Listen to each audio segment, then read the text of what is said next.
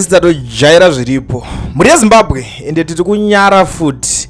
Hazvina kumira zvakanaka kune vachangotibata mangwanana ano tichitefenura tiri pachivhitivhiti chenyu patinokupai maupdates now nezvinhu zvakasiyana siyana zvinenge zvichiitika. Ndiyo Kulian TV yacho patinenge tichirova nyaya dzakasiyana siyana. Pandiri kuuya iko zvinezvi tiri kutambira nyaya irimo mumastreets yekuti hurumende yava Mnangagwa Abvuma finally shoko rasvika vakarigamuchira for the first time kunzwisisa kana kuti kugamuchira pressure kuadmita kubvuma kuti vari kuita chirombe. Zvinhu zvavari kuita hazvina kana nemusoro. Iko zvinezvi vakutaurirana kubudirana pachena kuti skiri ravo iri ravanenge vachiita rekuti vanenge vachingoti maministers magovernment officials vachiti vakatambira mari dzakawanda vanoenda abroad somewhere vachingoenda zvakasiyana siyana. And the other thing, nyaya yekutengerana dzimotikari dzinodhura ndo nyaya chimwe chirombe chevari kubvuma chevari kuadmita kuti vari kukanganisa. Zvinhu izvozvi tiri kudedzera kuti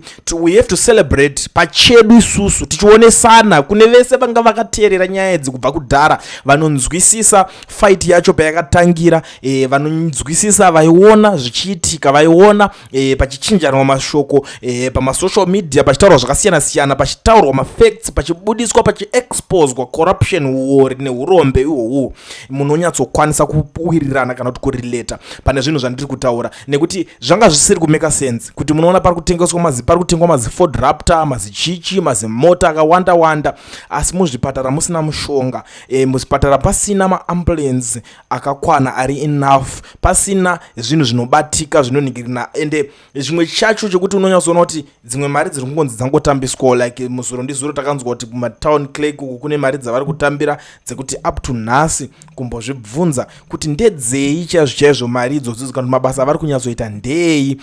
Zvinhu zvokuti hazvisi kutambirika hazvisi kupindurika, but pazvese izvozvo zviri kuitika vari kuadmita kuti haiwa pari kubhaizika kana kuti pakabhaizika ndo pavari kuda kuita zvinhu izvi. But government iyi yava Mnangagwa is not kuti havazive kuti zvavaiita vaibhaiza, but nyaya yanga iripo ndeye kuti kushandisa chirauro nekutodherera kuti vanhu munoita sei. But vabva vaona kuti chinhu chega chasara izvezvi isingori social media, vanhu vari kungotaura kuti zvoni zvamuri kuita zvakadhakwa apa muri kuona here kuti pari kuramba muchikutambisa mari apa pari kudai so ndobva vati tiri kugadzirira. Ende gore rineri vatogadzirira vachita gear up kuti vachitotanga kutosunga vanhu vachisungira nyaya dzecorruption. Ndo zvimwe zvezvinhu zvavarida kutanga kuita naikokoko, but corruption yacho ine malevels. Kune tuma small fishes ndo tichange tichibatwa zvakanyanya mugore rineri, gore rekungangurwa ratakatarisana naro. But chimwe chinhu changoitika ndechekuti vambobhana zvekutengerana mota nezvekuenda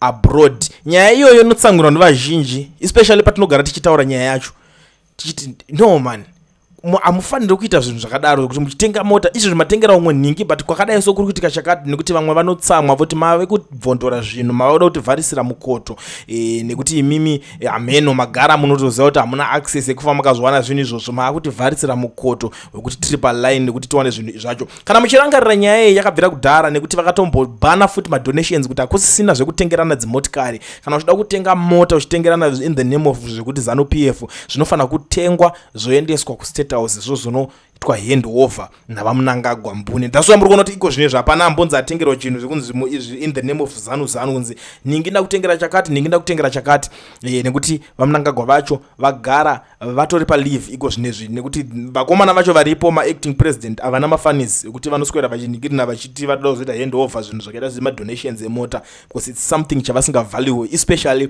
vice president Constantine Chiwenga munhu wekuti anogara achifighta zvecorruption. Iye anotofighta futi mbinga anotaura kuti kana muchizviona kunge mune mari kana mari yawanda vhurai mafactories kuti vana vashande vana vawane zvekuita. Ndo zvimwe zvezvinhu zvinenge zvichiitika. Saka vazvigananda vatomboriwo palive kupaparika kwese kuri kutomboiswa paside right. But iko zvinezvi muri yeZimbabwe tiri kupinda mune imwe nyaya iri kunetsa, nyaya yehondo kana kuti nyaya yekurwisana yemafights between vatungwarara navatagwirei. Varume vari kurwisana kuti ndiani kwaane makempi kuti ndeipi kempi ichapinda ikata zvinhu pavaviri ivavava, nekuti imwe kempo yagara yanga iripo padhuze, imwe kempo yagara yanga iri sponsor ichisponsa zvimwe chete izvozvo, but imwe yakagara iri mudhara mugame rekusponsor. That's why makaona kuti pakanzi right vanhu vese varikuita basa rekuramba vachingotengerana zvinhu nevanhu, kutengerana mota kuita sei, endai muzviendese nekustate house, because they know kuti the biggest donor ndiani. But nyaya yekuti uyu anogona kuswera akutenga akumwaya tumwe tumota tumaakwa yakagara yaonekwa kudhara.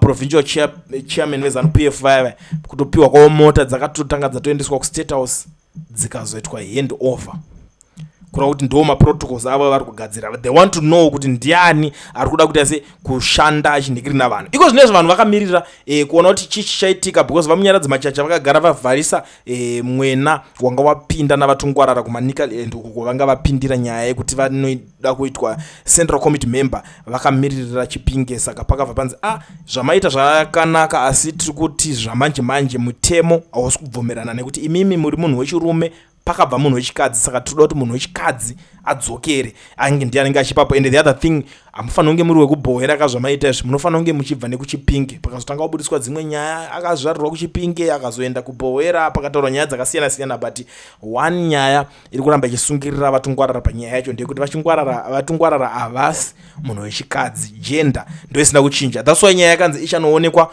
kuPolitburo, kuzoona kuti zvichanofamba sei kuPolitburo ikokoko, but fight iripo right about now. Izvezvi team Tagwirei yakwinya masocks kurova macampaigns ari kuitwa day and night, hakusi kudyiwa rinopisa. Vaita imwe kuzanu-PF yevaloncha inonzi politics mubhazi, ndo iripo. Munhu wacho ari kuleader, ari pamperi, he is a number one loyalist kuna Tagwirei, which is Mr. Taurai Kandishaya. Hapana chekubvunza, even pese panoitwa madonations ndiye anenge atori panumber 1 achitenderera achienda kunopa mari. Even maghetto youths akanzi vaita cup clash, vaita anything, Taurai Kandishaya ndiye aripo. But the strategy iripo pakuraura vanhu vagara vasitombori muzanu-PF, ndo vakanyanyisa kutageta. Pandai follow nyaya dzacho vatotaura kuti zvoni pavakavhura that ngirikiniyo vakati uyai vanhu toda kuti vanhu muye mumboregister, vanga vakaexpecta kuti vanokwanisa kuwana vanhu 40 chete vokwanisa kuita navo road trip vachitaura nyaya dzemubhazi. Asi zvisinei vari kutaura kuti panhamba yavakawana vakawana vanhu vanokwana ivo kuita 800. Saka ndo pavakabva vataura kuti saka vari kumboda kuti kumboya 50 vombofamba ne50 ivavo. Vakafamba nawo zvechokwadi, vakataura vachitaura nyaya dzavo dzepolitics dzavo dzemubhazi, vachiita zvavaita, vakatosvika pakuendesana kuparliament. Panga pane vanhu vakasiyana siyana vekuti we don't want to mention names, hatina chekuita nezvekumenshina mazita evanhu, but it's something chekuti vanhu vakanyanyisa kutargetwa vanhu vanga vari kusapota opposition nguva yese, because now chavari kuziva ndechekuti vanhu vari lonely, vanhu vari kudawo kuti vange vachiningina, but zvinonetsa kuti utenhese munhu pfungwa kuti azonzi akusapota zanu-PF. Iyoyo it's a no go area vanoiziva nechekare. That's why izvezvi muri kuona kuti vakuda kutrya kupractice politics dzisiri dzekuchikidzira, kupractice politics dzisiri dzekurova vanhu, kupractice politics dzisiri dzekuti kuita zvakasiyana siyana. For the for those vari kuningirina varinga vachitarisa kuti why izviso zanu-PF haisi kunyanyisa kunesana nevanhu, especially kusocial media. Kusocial media kwakagara kwatoiswa chimwe chimutemo chavari kutotaura chekuti munhu wese zvikwangodai dai zvinongonzi ningi azodai ukada kuanalyza uchiita deep uchipinda munhu hard unobva wanzi ya cyberbullying. Sakura kuti that department vatobatirwa kudhara nepolisi, ivo vanenge vangoti but tiri kuita politics right, hatisi kurova vanhu, hatisi kuita sei. Vakuda kubatsirwa kuita zvinhu zvacho, vakuda kushandisa system kuti ndo inenge ichivahendlera madepartment akasiyana siyana. Takada kutarisa the same thing chiri kuitwa chavari kuti politics mubhazi. For munhu weopposition haakwanisi kunge achiita something like that in Zimbabwe. We all know that, but vakomana vanhu ndo vega vane that access. Munhu weopposition haakwanisi kuti aita that politics mubhazi obva apfuura nevanhu nepaparliament paya achitoti uyai pindai muparliament muone kuti vanhu vanogara apa vachita sei. Hazvikwanisiki. Kune imwe iri kuitika futi zvimaningirikini zvakawanda zviri kungoitika, especially ma-affiliates vatotaura ranzi anga ari kubatsira kubenefita kuti vanhu varegister kujoina zanu-PF zvakanyanya. I don't know how far true is that, but it's something zvavari kutrya kurwisa kuita by all means. Chavari kuziva ndechekuti aukwanise kuita chinhu nhasi mangwana uramba uchingodzokorodza. That's why muri kuona kuti pane umwe muchinda uyo ari kubuda kutaura zvoni nyaya yakaitika ndeyekuti vanhu vakariga maelection tiri kuvaziva nekwavakabva. Handiti mukuzviona nyaya yakuti yaitaura muchinda waya. Saka kureva kuti zvaakuita zvichifumuka, people are sick and tired. Haukwanisi kuramba uchingodzokorodza chikiribidi, munhu anopedzera achiridha chikiribidi chacho. Saka apa vakuda kuchitry by all means, ende vari kuziva mamistakes kuti alright ngatiti tanga tichibiridzira opposition. Saka kana tichibiridzira opposition iyi, opposition yacho painenge yakatidya ipapo inenge yakatidyira papi, yakatidyira kupi, chichi kuita kuti itidye ipapo. Vari kunyatsozviziva ndo maareas avari kunyanya kugadzirisa. Saka muri kuona vari kunyanya kusimbisa nyaya dzefan base yepati yavo kuti vanhu vajoine membership ndikirikini ikanyanyisa kuwanda. Vari kunyatsoona kuti okay pamwe ivo vari kukundwa kana ne500,000 vanhu chaivo. Vona saka 500,000 vanhu ivava tikada kudai tinovapotsa here. Saka vari kuda kutry. Ndosaka muno vari kushanda by all means kumhanya paground kudhila nevanhu one by one kuti wakambovhota usina kumbovhota saka unochitupa. Wenzi chimwe chinja vanomeka sure vakajoinisa munhu ZANU-PF vanomeka sure kuti that person ane chitupa here. Kana usina chitupa manje zvaakunetsa, vanenge vakuona kuti hauna value kwavari, saka havazonyanyise kukutolerate, vanonyanya kudhila navanhu vane chitupa. Ndo imwe skill ravari kuda kutry kuda kuita because vari kuziva kuti anything can happen. Vanoda kugara vakagadzirira kuita zvinhu zvavo. But chandiri kuwanisa kukuudzai ndechekuti pachanetsa, pachapisa, pachavo vagara vari kupandukirana. Even if so in the ZANU-PF hakuna kana munhu wana anokwanisa kunyazosumuka achitaura kunongedzera kuti right iko zvinezvi election rakarigwa so kune vanhu vari muZANU-PF because ana Mnangagwa vakangozviita zvinhu zvavo vega. Vanhu vari muZANU-PF vacho havasi kuziva kuti akanyatsoriga kana tikachero vakada kuti akariga kuti vangaziva kuti akariga sei, havasi kuzviziva zvese. Zvasiyana nekudhara kwekuti vaiti vakataura kuti iko zvinezvi tozodai so airiga election hapo ningirikini uya akatizira kuKenya. Tisataure hedu mazita zvakanyanya, hazvichashande maitikiro iwayo because izvo zvakungoitika zvongoti munhu akangoita zvinhu zvake anongoita nevanhu vake ivavo. Party ndosaka isina power iri kwanisa kumudza zvimwe zvakawanda. Ndosaka muona kuti zveso iye ndiye gane power kutaura kuti ndiri kufamba ndiri kuda kuti ane vanhu vake vari kumusapota vari kumubheka kuti tiri kufamba tiri kuenda ku2030. Vanhu vari mupati zvinovanetsa kuti vaende vachino opposite because yanoita kuti aiwa but ne opposition zvainoita inorova tikangokupai munotorerwa pati munotoresa chinhu. Ndozvo zvimwe zvinhu zvinenge zvichiitika. Saka muri yeZimbabwe nyaya dziri panapa dzakawandisa, tichangoti tichiswera tichionesana tichingoudzana, asi takuti patinenge tichitanga day kudai so tiudzane tichizivisane shoko rifambe kuti vanhu vabvuma kuti vari kuita chirombe, ende vabvuma kuti vari kuita chirombe vabva vanyatsoita gear up kugadzira imwe mastrategies ekuti varambe vachichimhanya iyo yavari kuti politics mubhazi. Ndo zvimwe zvezvinhu zviri kutora nzvimbo paZimbabwe. Kana muchinge maona tatoya kudai so make sure kuti walike kuitira kuti message isvike kune vamwe, nekuti iwewe wakomborerwa wawandirwa nyasha kunge uchitinzwa manzwiro wavatiita because kune mumwe anga alike. But musazokangana kuturn on the notification bell kana manga musina kunge makaribatidza. Yamanga makateerera kudai so ndiyo channel yenyu inonzi Kulian TV patinokupai maupdates nezvinhu zvese zvakasiyana-siyana zvinenge zvichiitika. Ndisati ndaenda ndisandarowa pasi ndoda kushandisa mukana kugara ndakuzivisai mhuri yeZimbabwe vari muSouth Africa vese vanoshuwirawo kuregisterwa makambani nekuvhurirwa maFNB business accounts vasina mawork permits kana mastudy permits kuti mazuva ano zvava nyore. Pane kambani inonzi Education Research iyo inotungamirirwa nana mukoma Owen, ndo vega shasha vanokwanisa kukuregistera kambani vokuvhurira FNB business account usina work permit kana study permit. But make sure kuti une passport iri valid yakadhindwa iyoyo yamunodhindisa muchiita zvinhu zvamunenge muchiita nayo.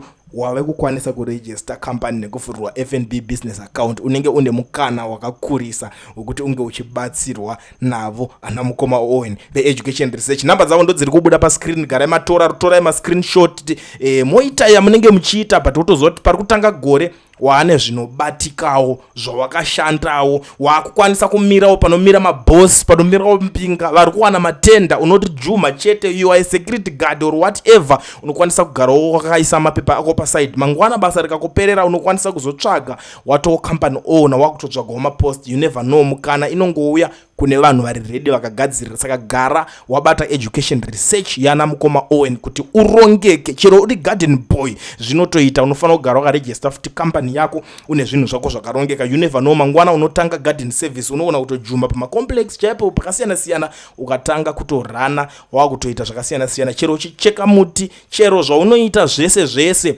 vamwe vari kuita mukana vari kutotora dzimba vachirendesa vachisama roja. but chaanongosiya iaccount number yenhingirikini maroja akutesa mari zvakawanda maopportunities tinogona kuswera tichiudzana aripo akavhurika ari kuitisa vanhu mari zvakanyanya kune vari muSouth Africa. But make sure kuti wabata education research uregister zvinhu zvandakuudza. Torai nhamba kudhara ndagara ndakuudzai nhamba madziona padziri kana kuti makatora mascreenshot mogara mabata ana mukoma Owen vakubatsirei.